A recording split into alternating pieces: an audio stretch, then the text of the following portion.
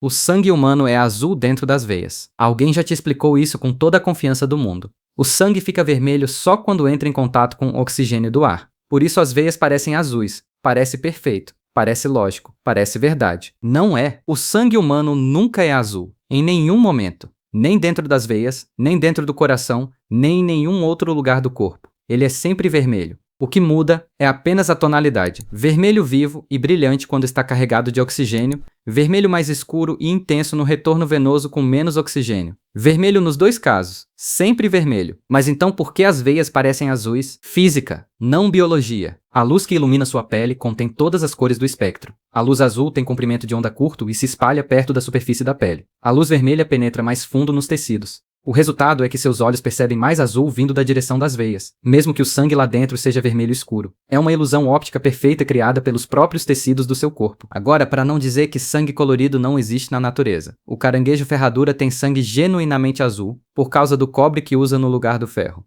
O polvo também, mesmo mecanismo. Mas existe um caso ainda mais extremo. Algumas espécies de lagartos da Nova Guiné têm sangue verde. Verde de verdade, por acúmulo de um pigmento chamado biliverdina que em humanos seria sinal de doença grave. No lagarto é simplesmente normal. A natureza claramente não consultou nenhum manual de cores antes de decidir. Humanos? Completamente vermelhos por dentro. Desde sempre, os camelos armazenam água nas corcovas. Imagine a cena. Deserto sem fim, calor absurdo e o camelo atravessando tudo isso tranquilamente. Parece óbvio que aquela corcova enorme é um reservatório de água. É tão lógico que ninguém nunca questionou. Só que tá completamente errado. As corcovas dos camelos são feitas de gordura. Pura gordura. Até 36 quilos dela armazenados ali em cima, funcionando como uma reserva de energia compacta e portátil.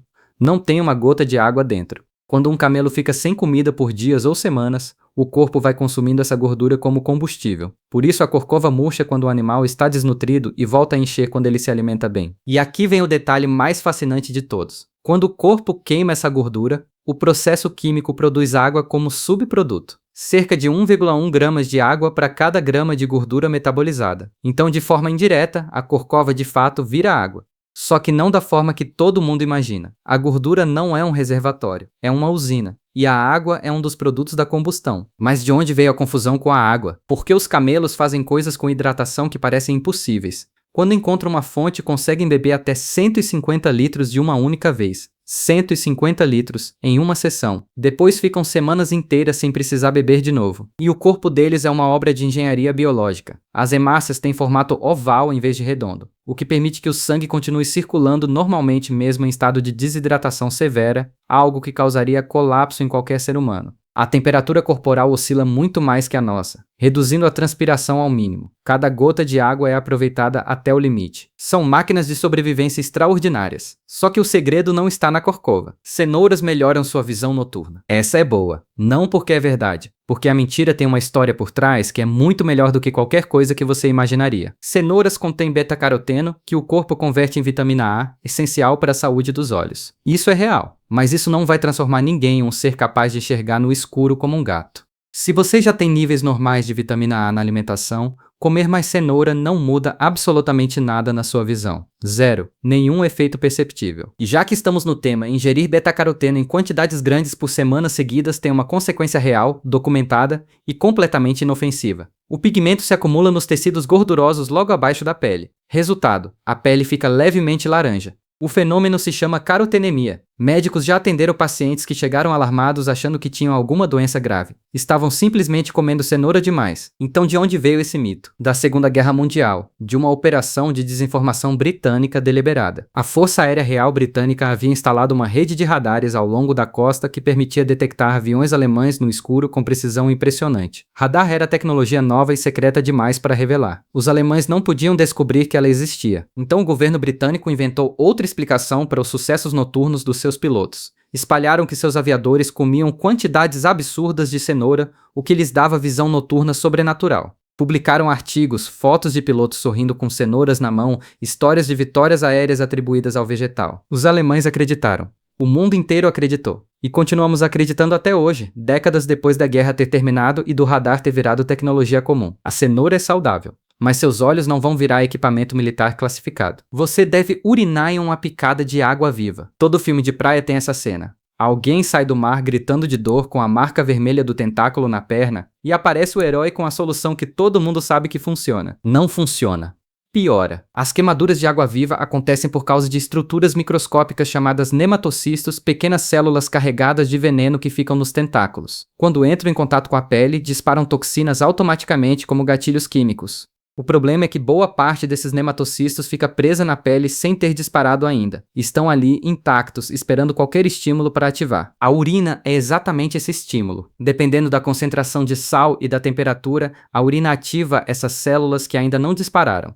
Resultado: uma segunda onda de veneno liberada direto na área já inflamada. Mais toxinas, mais dor, mais reação. Você termina com a picada piorada e coberto de urina. Nenhum dos dois é bom. O correto é enxaguar com água salgada do mar. Nunca água doce, porque ela também pode ativar os nematocistos, e depois aplicar água quente para ajudar a neutralizar as toxinas. Em algumas espécies específicas o vinagre funciona bem. Esqueça Hollywood. Dessa vez Hollywood errou feio. E por falar em água-viva, existe uma espécie chamada Turritopsis dohrnii que é, até onde a ciência conseguiu determinar, biologicamente imortal. Quando envelhece, adoece ou é ferida gravemente, ela reverte o próprio processo de envelhecimento e volta ao estado juvenil, recomeçando o ciclo do zero. Nenhuma outra espécie multicelular conhecida faz isso. Cientistas estudam esse mecanismo como chave potencial para pesquisas sobre envelhecimento e regeneração celular. Os humanos têm apenas 5 sentidos: visão, audição, olfato, paladar, tato. Você decorou isso na escola, repetiu em prova e provavelmente nunca parou para questionar. É dos fatos que parecem óbvios demais para estar errados. Está errado. A ideia dos 5 sentidos foi proposta por Aristóteles há mais de 2000 anos. 2000 anos. Antes de qualquer ciência moderna, antes de qualquer instrumento de medição, antes de qualquer estudo neurológico, e ficou assim, repetida por séculos, até virar verdade inquestionável. A neurociência moderna identifica muito mais do que 5. Alguns pesquisadores chegam a contar mais de 20 sentidos distintos. O sistema vestibular é o responsável pelo equilíbrio. Sem ele, levantar da cadeira rápido demais já seria suficiente para você cair. Não tem nenhuma relação com os 5 clássicos. A propriocepção é a capacidade do seu corpo de saber exatamente onde cada membro está no espaço sem precisar olhar. Feche os olhos agora e toque a ponta do nariz com o dedo. Conseguiu? Isso não é visão. É propriocepção funcionando. A termocepção detecta variações de temperatura. A nocicepção processa a dor. A interocepção capta sinais internos, fome, sede, frequência cardíaca, falta de ar. Existe até a cronocepção, que é a percepção do tempo passando que o cérebro mantém naturalmente. Existe ainda um fenômeno chamado sinestesia, presente em cerca de 4% da população.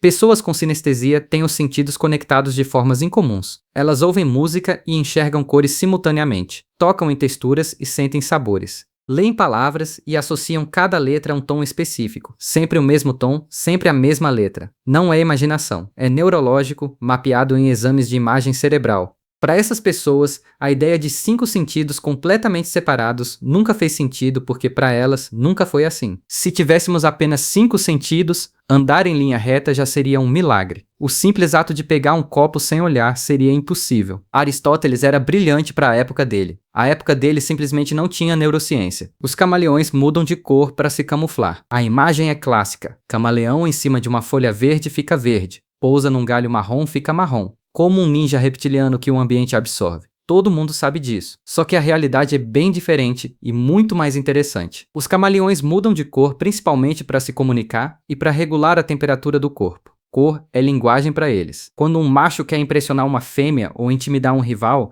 explode em cores vibrantes, laranja intenso, amarelo elétrico, verde neon.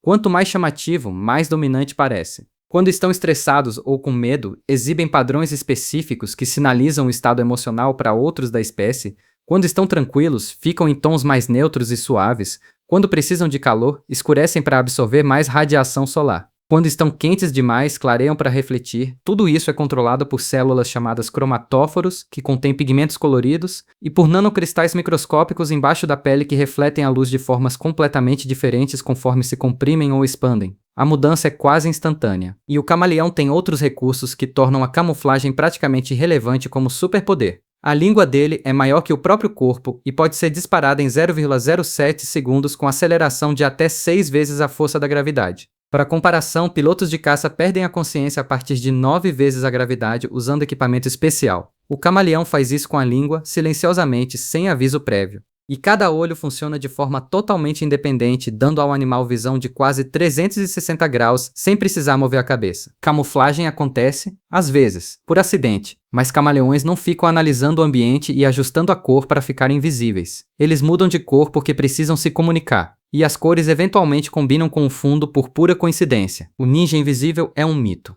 O comunicador colorido, de língua lança e olhos independentes é real. O café da manhã é a refeição mais importante do dia. Você ouviu isso a vida inteira. Sua mãe falou, seu médico talvez tenha falado. A caixa de cereal certamente fala até hoje. Parece uma lei da natureza tão óbvia que ninguém questiona. Mas essa frase não saiu de uma pesquisa científica, saiu de uma campanha de marketing. No final do século XIX, John Harvey Kellogg, exatamente o homem que inventou os cornflakes, começou a defender o café da manhã como pilar de um estilo de vida saudável. Logo, as empresas alimentícias perceberam o ouro que tinha ali. Convencer as pessoas de que comer pela manhã era biologicamente necessário significava vender cereais, torradas, sucos e iogurtes para um mercado enorme que antes simplesmente não existia. O que pouquíssimas pessoas sabem é que durante grande parte da história europeia, comer logo ao acordar era mal visto. Na Europa medieval, fazer uma refeição imediatamente ao levantar era considerado um sinal de gula, um dos 7 pecados capitais. O pensamento primeiro da manhã deveria ser de oração, não de comida.